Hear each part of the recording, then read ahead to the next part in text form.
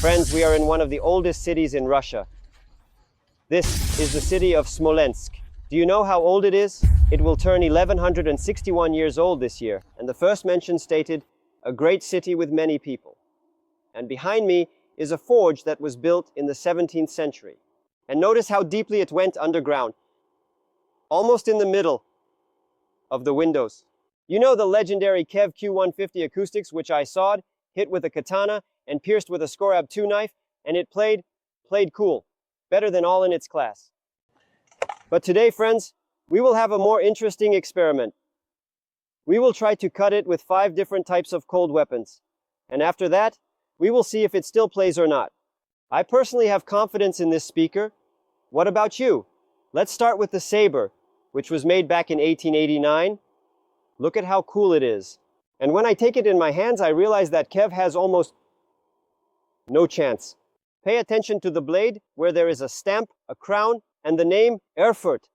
This is apparently the city where this shashka was made. Or is it not, friends? Please correct me in the comments. On the other hand, we see the names of the Solingen and Foster factories. Friends, and how serious the heraldic eagle looks with a sword in its claw and a royal monogram. The second item is a notable Austro-Hungarian officer's saber from 1862. As can be seen from the stamp, it was also made at the Solingen factory. The third item is a ceremonial sword, made in distant and warm Thailand, 1945. Friends, there are no inscriptions, but there is a very beautiful coat of arms.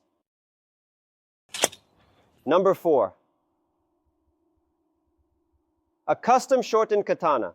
Japanese, friends, which theoretically should be the sharpest and most armor-piercing, but that's not certain. The symbol of frost, some strange hieroglyphs, and of course, a dragon on the blade. And the 5th one is my favorite, the Don Cossack Shashka, which actually stood up to the first and second ones. Such things were made in Russia in 1914. It feels great in the hand, excellent balance.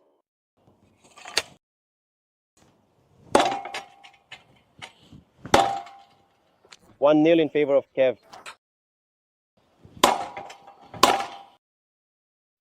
The props were not damaged, everything is precise. You can immediately tell it's ceremonial. The balance is not as absolutely perfect as on the previous ones, in any way. Up to this point, the weapon developed by the Japanese has proven to be the most effective and efficient among all the options available. Well, friends, the English KEF acoustics withstood everything. Let's see if it will still work after this or not. But I want to say that the Don Cossacks knew a thing or two about cold weapons. This is probably the most effective and deadly weapon. At least I liked it the most in terms of balance and impact. Well, as you can see, it caused the maximum damage. Friends, I was advised in this video by cold weapons expert Maxim Sergeyevich. Maxim Sergeyevich, a member of the Cossack ensemble Yermak. Thank you very much. Hello, friends. It's very nice to be part of such an interesting experiment today. Of course, I never doubted that traditional Don Cossack weapons, as you can see, would triumph over all. But as a member of the Yermak Cossack ensemble, I repeat, we of course have traditional Russian musical instruments there, balalaikas, tambourines, harmonicas, and bayans. But in addition to everything else, songs, dances, and festivities, as they say, we practice the Cossack applied art of flanking. I will, of course, show you a small sketch now, but overall, come to our concerts and see everything for yourself. The ensemble Cossacks of Yermak.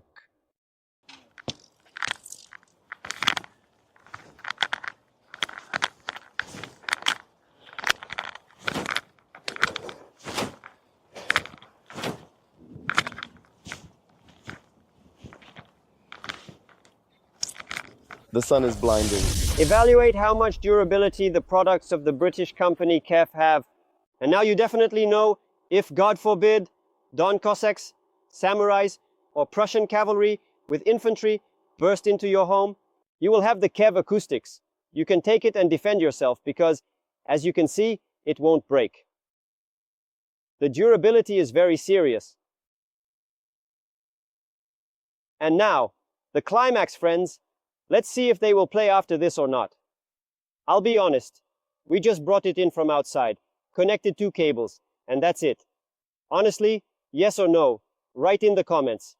Anton, turn it on. Friends, it's playing. A little louder, just a bit. The signature Uni-Q is definitely in place. Mid-range, bass, it works great. And you know, the sound has become a little different. It seems colder somehow. Probably because the weapon penetrated this body.